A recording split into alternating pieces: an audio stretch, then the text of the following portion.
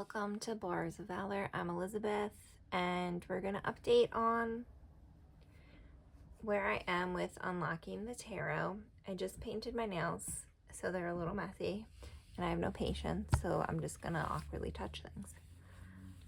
So I'm still planning on using this deck.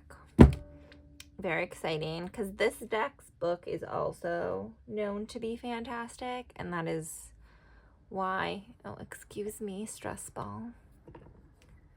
I have found that I sidetracked really benefit from these like fidget squeezy toys. This is a Nido, it's glow in the dark. I also don't know if this is true, but I crochet a lot, so I feel like squeezing these helps move my hand in different ways so I don't have issues from that. So we're just gonna leave you back where you were. Back to Lisa Papez's Unlocking the Tarot. So I don't remember what exactly I shared about this, but I believe the last time I checked in, I was done with the major arcana, and now I'm getting into the minors.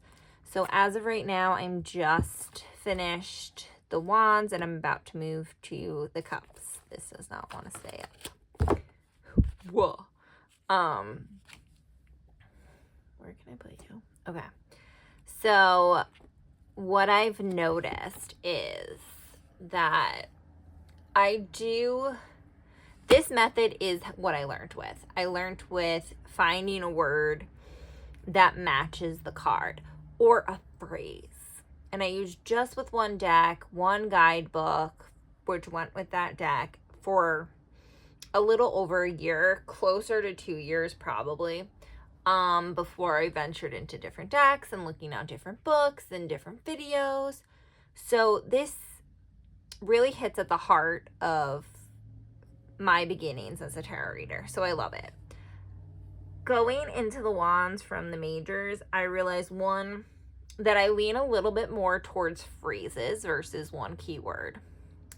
And then I'm not sure if I have 78 keyword phrases, because I think I might be getting some repeats, which makes sense because in my head there are a handful of cards. And one thing I do really love about this book is Lisa herself does acknowledge that there are some cards that have a similar vibe, but the nuance is skewed slightly. And I would go as far to say that the nuance is even more skewed based upon the cards around them.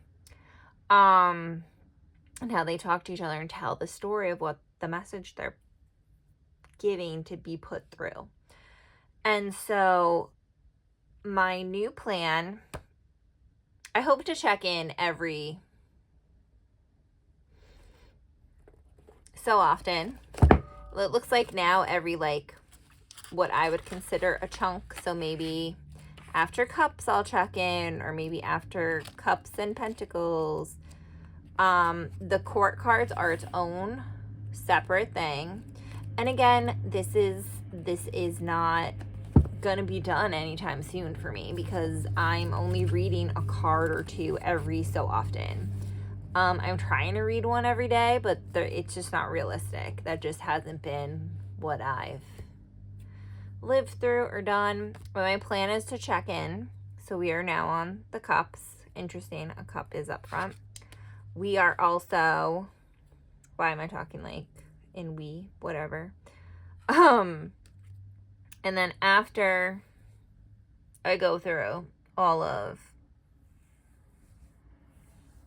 before I write on the cards, I'm going to write out all of the words and get rid of any duplicate words, because I don't think that would be the best way to really embrace the messaging of this book. I don't think it's wrong to have duplicate words for different cards, but I think it's important to get different ones. And I feel like I know this comes from a course Lisa took, and I believe there was like a Google Doc for the words or something, but I could be making that up because I wanted to participate in it, but I have squirrel brain, so I didn't. But yeah, I'm really excited to be at this milestone of reaching another court to be finished. And I just wanted to check in with where I am and see how other people are doing reading this. I'm seeing a lot of people praise it on the internet, on social media, because I do follow Lisa, so I do see her sharing that. So I guess a lot of people are finishing their first read through. Again, I don't want to rush this process. I'm taking a bunch of astrology and like personal courses at the moment. So this is just something I'm not putting the pressure on to be like, this needs to be done. It's just something that I think would be really cool. And then I do read a lot in my year. Last year I read 68 books. And I'm in a book club, so 12 of the books are always going to be from that book club. Very rarely will they. I think I didn't finish one from the book club. And then I have bought a bunch of tarot books last year that I want to read at least 6 special interest books. So that can be tarot, that could be astrology, that could be Irish history, that could be Irish folklore. At the moment, I'm reading, I don't have to say the author's name. Do I have yeah, I do. I don't have the book here, but I have the cover.